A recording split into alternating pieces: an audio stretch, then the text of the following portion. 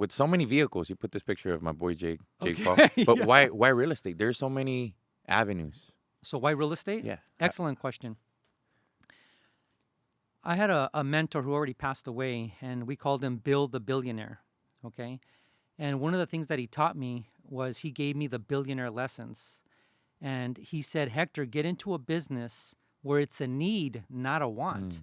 And real estate is a need. Everybody needs a place to live, a place to work, a place to play, and a place to die. And all of those four things are real estate. Then he also said, invest in cash producing assets. So, what's a cash producing asset? Real estate. Then he said, Hector, buy assets that have existing revenue, and you don't necessarily need to use your money. Use strategic leverage. So, what do we do with real estate? We buy existing revenue, which is an apartment building or commercial office suites or industrial, whatever it is. There's already existing revenue coming in from the rents. And then when we buy that asset, are we using all of our money to pay cash for it? For the most part, no, we're not. We're getting seller financing. We're doing a joint venture. We're doing a seller carryback. We're being strategic and we're being creative in putting that real estate transaction together. And that's why I got into real estate.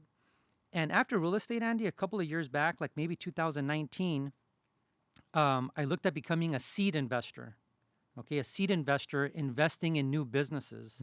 And every time I would interview a new entrepreneur or even the seasoned entrepreneur, and they would give me a new business that they were going to get into, it wasn't a need, it was a want. And it wasn't a time-proven vehicle to create wealth. And real estate is a time-proven vehicle to create wealth. And that's why I'm still in real estate. So, what do you say to now that we're going to have some people watching, a lot of the people watching this, those that don't want to, you inspired them to, I don't know, aim for something different, something higher. They don't want to go up the corporate ladder no more. They want to get into real estate, but they're at the beginning phases. And I know you mentioned already that you must do, they must do as you did, not as I do like now. as you do today. Right. But for the early entrepreneur, Yeah. what So that what picture advice right do you there, have? What do you have? man, this guy's stalking me. He's pulling up these old pictures. I don't know. I'm gonna have to call the police department. All right. So that picture right there, that's how I started my real estate journey. Yeah. So I had no money. So what I did was I literally emptied out my piggy bank. You're gonna see on that picture, it was a 5-gallon piggy bank. I took all the money out. I also had some bills in it. And then what I did was I also cashed out my retirement plan, which wasn't very big. And I took all of that money, which was about $25,000, give or take, to buy my first real estate transaction. And I had no idea what I was doing when I bought my first deal. But I bought it. I had blind faith. I bought my first deal for about $25,000. The details are actually on that when I posted that on Instagram. And long story short, I sold it. And when I sold it for about 62 or 65,000. So I got back all of my money. And for you guys may think, well, 25,000 is not a lot of money, but when it's all of your money, it's a lot of money. And this is again like 40 years ago. Well, I was 25 at the time, almost 25 years ago. So I took all that money and I bought my first real estate transaction. I didn't know about leverage, so I bought it all cash. I bought it all cash. I sold it for about $62,000. I got back my down payment plus my profit.